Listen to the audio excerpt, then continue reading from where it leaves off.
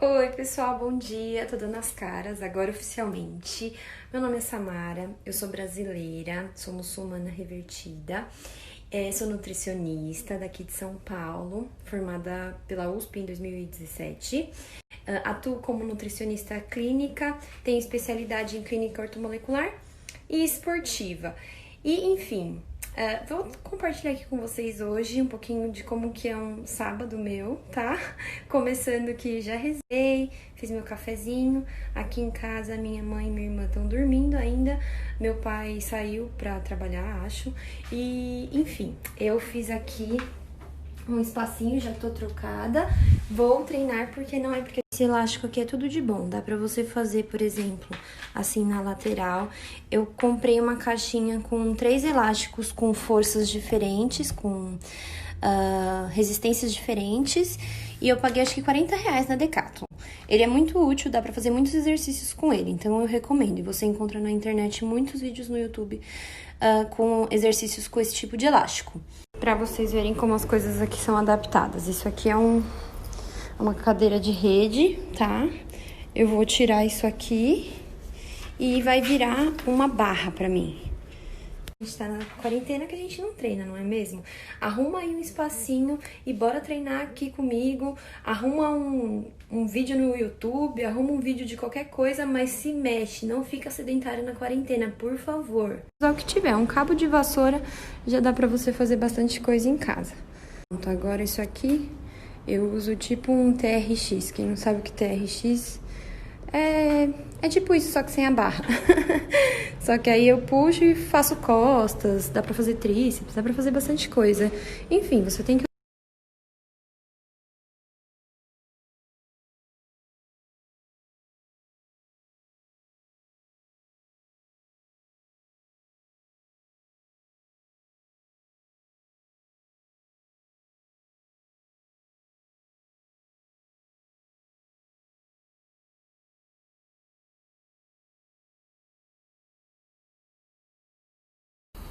Bom, gente, como eu mostrei, eu acabei de ter uma aula, a última aula do nosso curso de mentoria que eu tava dando sobre imunidade. E, enfim, eu dou cursos também, agora estão abertas as inscrições para o curso de veganismo. Tem esse detalhe também, sou vegetariana estrita.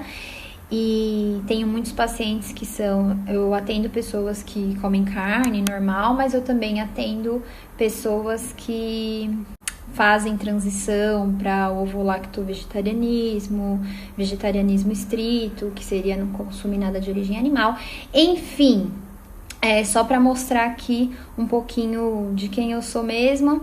E falando, inclusive, queria falar aqui um pouquinho sobre o jejum, né? Que eu acho que é a informação que a gente tem aqui em comum entre todos os muçulmanos de qualquer parte do mundo. Então, falando sobre o jejum ele não tem só os benefícios espirituais, mas também os benefícios fisiológicos, né? Da ação do jejum, se a pessoa, quando quebra o jejum, ela tem boas práticas alimentares também. Por isso que é muito importante, eu sei que já passou o mês do Ramadã esse ano, mas é importante a gente sempre pensar nos nossos hábitos durante esse mês de jejum, se esse jejum ele tá sendo significativo ou fome, né? E entender a questão do autocontrole. E naquele período noturno que você pode se alimentar, você fazer boas escolhas só suficientes para te nutrir e não para não no sentido de quando você come, será que você tá comendo só o suficiente para você ou será que você tá exagerando nessa quantidade de comida? Porque o significado do mês do jejum é justamente você entender um pouco da escassez ele não nos traz benefícios importante para sua saúde física e importante para sua saúde espiritual, né? E é isso que eu falei, o jejum ele só vai ter os benefícios físicos se você, quando quebra o jejum, você se alimenta adequadamente. Então você come bastante fibra, proteína adequada, dá uma moderada na quantidade de carboidratos, então não exagera tanto nos doces, nos pães. Isso não significa que você não pode comer as delícias que os seus familiares preparam ou que você mesma prepara, mas é importante você ter essa conscientização do autocontrole, até mesmo como uma prática espiritual, né? O exagero.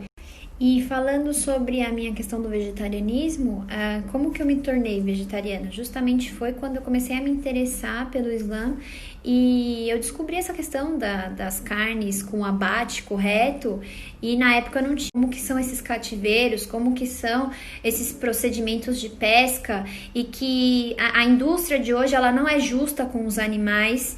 E então eu prefiro me abster de acesso, nem sabia onde eu encontrava um açougue com carnes halal. E aí, enfim, eu acabei meio que reduzindo, tirando, né, a carne vermelha. Porco já nunca me interessei muito, mas tirando a carne vermelha e o frango, que a gente sabe que a importância, né, do corte halal. E aí, então, eu comecei a ficar só com peixe. Só que aí eu fui vendo também como que os peixes hoje em dia são tratados, né? E aí depois quando eu comecei a frequentar a mesquita, eu aí comecei a ter acesso a pessoas que vendiam a carne com abate correto, mas aí chegou numa época que eu já não tinha mais interesse em comer carne, e como eu sei bem regular minha alimentação, eu pesquisei bastante a respeito do vegetarianismo, sou nutricionista, me sinto mais leve, me sinto bem sem comer nada de origem animal, e é isso. Mas é claro que eu entendo o consumo das pessoas. A única coisa que eu acho super importante é a gente entender e priorizar alimentos de origem animal que minimamente respeitam todo o processo até aquele alimento chegar no nosso prato. Seja, por exemplo, o mel, porque o mel que a gente tem até no Alcorão, hoje em dia a gente tem um mel que foi feito a partir de um maltrato muito grande de utilização de químicos nas abelhas. Então a gente sabe sobre a importância do mel, do uso terapêutico e culinário dele, mas qual que é esse mel que a gente está comprando? Então é um mel orgânico, é um mel que a gente sabe a procedência, ou é qualquer mel que a gente compra no mercado? Então tudo a gente precisa ter um consumo correto. Então tanto a quantidade a gente tem que ter consciência, a qualidade da alimentação que a gente está colocando para dentro do corpo, porque lembrando que o que a gente coloca para dentro do corpo tem que ser algo que nos nutra, que nos faça bem, e não só que seja um simples momento de prazer. E a mesma coisa, qual que é o impacto disso na cadeia alimentar, qual que foi a procedência que aquilo passou até chegar na sua boca. Um tipo de conduta alimentar, mas eu gosto de trazer alguns tipos de reflexão para as pessoas que me acompanham e entender o porquê das minhas escolhas também. Mesma coisa o leite, né? Se a gente for pensar, qual que é esse leite, qual que é esse queijo e iogurte que a gente está consumindo? É daquela vaca que tá lá feliz e você vai lá e ordenha ela de manhã, ou é uma vaca que vive aprisionada e com as tetas sugadas por uma máquina? Então, é um momento pra gente refletir sobre nossos hábitos de consumo, sabe?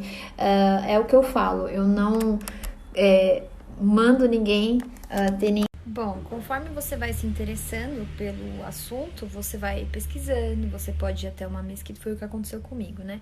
Você vai até uma mesquita do seu interesse, eles te fornecem alguns livros, você vai estudando, vai entendendo que você realmente se identifica com aquilo, e aí depois, que foi o que aconteceu comigo, geralmente é isso que acontece, você fala com alguém da administração da mesquita, eles também percebem que você realmente está interessada e te encaminham para conversar com o chefe, e aí ele vai conversar um pouco com você, entender como você é e tudo mais. E então você faz a sua charrada, que foi o que aconteceu comigo. Bom, vou explicar para vocês qual que é a diferença de vegana para vegetariana estrita. Na verdade, vegetariana estrita tá dentro de vegana. O veganismo, ele engloba mais do que só a alimentação. Vegetariana estrita é aquela pessoa que não consome. Então, a vegetariana estrita não consome nada via alimentar de origem animal. Enquanto que a pessoa que é vegana, além de não comer, também não consome nenhum cosmético que seja testado em animal, roupas de couro, É uma pessoa que vai prestar atenção, por exemplo, se a cápsula de um medicamento é gelatinosa. Então, assim, eu tomo esse cuidado com tudo que eu vou comprar. Então, eu não compro, por exemplo, uma carteira se ela for de couro animal. Não somente com os animais, mas, por exemplo, com a produção incessante de plástico que acaba poluindo os mares, rios, oceanos e matando animais indiretamente também. Mas é claro que, em termos de saúde, se eu preciso de determinado remédio e só tenho ele na cápsula de origem animal, aí é questão de saúde. É claro que eu não vou deixar de consumir algo que vem de origem animal se pela minha saúde eu preciso daquilo e eu não tenho outros meios. E no veganismo a gente fala sobre isso, que é dentro do possível e praticável. Tem coisas que não são praticáveis, mas aquilo que está ao nosso alcance de diminuir o sofrimento e a exploração animal, a gente diminui. Porque se a gente for pensar como é o consumo desenfreado humano hoje, ele está sendo de uma forma muito insustentável sobre os nossos hábitos. Então, diminuir o consumo de plástico, diminuir o consumo exagerado de alimentos de origem animal, priorizar, se for comer algo de origem animal, que seja de uma boa procedência. Espero que tenham gostado do meu takeover de hoje. Obrigada, Hijabse, pela oportunidade e me sigam no Instagram. Tchau, tchau, gente.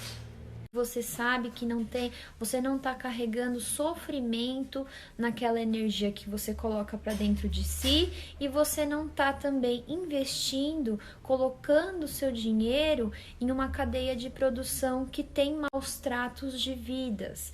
Então, essa é a reflexão. Não tô aqui para fazer ninguém virar vegetariano, vegano, mas é plantar uma sementinha de conscientização do nosso consumo. Enfim,